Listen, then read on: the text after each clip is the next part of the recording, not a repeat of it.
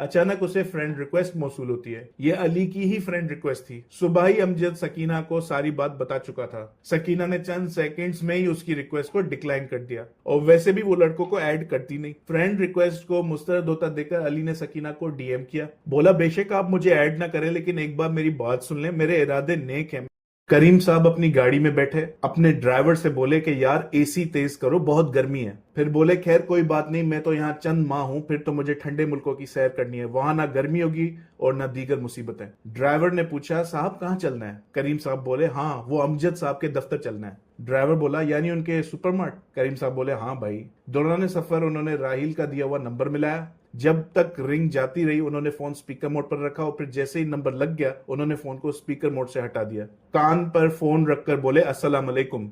दूसरी जानिब से आवाज आई वालेकुम अस्सलाम। करीम साहब बोले नसीर साहब से बात हो रही है मेरी? दूसरी जानिब नसीर साहब बोले जी जी बिल्कुल। करीम साहब बोले मैं राहिल का अब्बा हूं, उसने मुझे आपका नंबर दिया, वो दरअसल मैं यहां से लंदन मुंतकिल हो रहा हूं। राहिल ने बताया कि आप हमारी मदद कर सकते हैं। नसीर साहब फिर बोले जी जी बिल्कुल, फरमाएं मैं आपकी क्या खिदमत कर सकता हूं। करीम साहब बोले आप आज आ जाए मेरे पास, गुफ्तगू कर लेते हैं, यहाँ फोन पर ऐसी बातें करना मुनासिब नहीं लगता। नसीर साहब तीसरी बार बोले जी जी बिल्कुल। दोनों ने मुलाकात का वक्त तय किया और फिर अल्लाह हाफिज कहकर फोन काट दिया। करीम साहब का ड्राइवर बोला साहब आप चले जाओगे तो मैं आपको बहुत याद करूंगा। करीम साहब को वो ऑनलाइन मीम याद आ गया, चल झूठा। लेकिन दिल ही दिल में ये सोचते हुए उन्होंने ड्राइवर से कहा क्यों भाई, ऐसा मैं क्या करता हूं तुम्हारे लिए, ये मक्खन मारना बंद करो। ड्राइवर बोला नहीं साहब मक्खन नहीं लगा रहा, हकीकत बयान कर रहा हूं। करीम साहब बोले हाँ हाँ ठीक है, गाड़ी चलाओ। अमजद अपने सुपरमार्ट का मुआयना कर रहा था, गश्त लगा रहा था कि उसने देखा उसके चचा सुपरमार्ट दाखिल हो रहे हैं। दोनों चचा भतीजे एक दूसरे से बगलगीर होकर मिले। अमजद बोला आए चचा, दफ्तर में बैठते हैं। दफ्तर पहुंच गए। करीम साहब बोले बेटा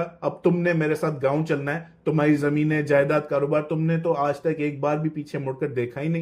अब वक्त है अपनी विरासत संभालो। आज या कल प्रोग्राम रख लेते हैं, मैं तुम्हारे साथ चलता हूं, दस्तावेजात तुम्हारे सामने रखूंगा, तुम अपनी मिल्कियत का कब्जा लेना और तमाम माली मामलात अब तुम्हारे सुपुर्द किए जाएंगे। अब तक सिर्फ मैं तुम्हारी दस्तखत का मुतकाजी था, अब ये सारी चीजें तुम्हारी मुतकाजी हैं। अमजद बोला जी जी चचा जान जरूर। फिर करीम साहब बोले हाँ वो सकीना के हवाले से जो पैगाम आया था, कुछ सोच विचार की तुमने इस हवाले से? अमजद मुस्कुराया और बोला उसकी जरूरत ही नहीं पड़ी। चचा जान बोले क्यों?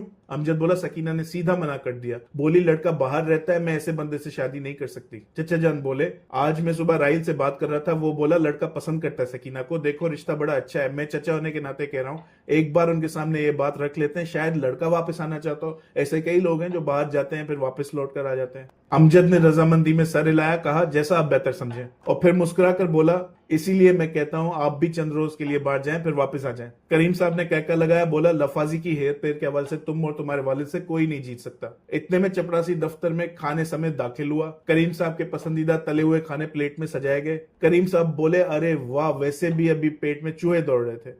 इतवार का दिन था, लिहाजा सकीना घर ही थी। वो अपने सोशल मीडिया अकाउंट्स देख रही थी, हर किसी की पोस्ट और चैट का वो जवाब दे रही थी। अचानक उसे फ्रेंड रिक्वेस्ट मौसूल होती है। ये अली की ही फ्रेंड रिक्वेस्ट थी। सुबह ही अमजद सकीना को सारी बात बता चुका था। सकीना ने चंद सेकंड्स में ही उसकी रिक्वेस्ट को डिक्लाइन कर दिया और वैसे भी वो लड़कों को ऐड करती नहीं। फ्रेंड रिक्वेस्ट को मुस्तरद होता देखकर अली ने सकीना को डीएम किया। बोला बेशक आप मुझे ऐड ना करें, लेकिन एक बार मेरी बात सुन लें, मेरे इरादे नेक हैं, मैंने आपके लिए रिश्ते का पैगाम पहुंचाया है, अब आगे आपके ऊपर है, लेकिन अगर मुझे मुस्तरद करना है तो कम से कम वजह बता दीजिए, शायद मैं आपकी शिकायत दूर कर सकूं। सकीना ने लिखा प्लीज कॉन्टेक्ट माई ब्रदर, यानी बराए करम मेरे भाई से राब्ता कीजिए। अली ने जैसे ही सकीना का यह मैसेज मुलायजा किया, जैसे ही सकीना के मैसेज के नीचे 2 ब्लू टिक्स लगे, उसके बाद सकीना ने अली के अकाउंट को ही ब्लॉक कर दिया। अपने लैपटॉप के लिड को बंद करके वो दाएं बाएं देखने लगी। बोली कमाल है। इस दौरान मुलाजिम सकीना के कमरे के दरवाजे पर दस्तक देता है। बोला बाजी वो आपकी सहेली आई है। सकीना ने पूछा कौन?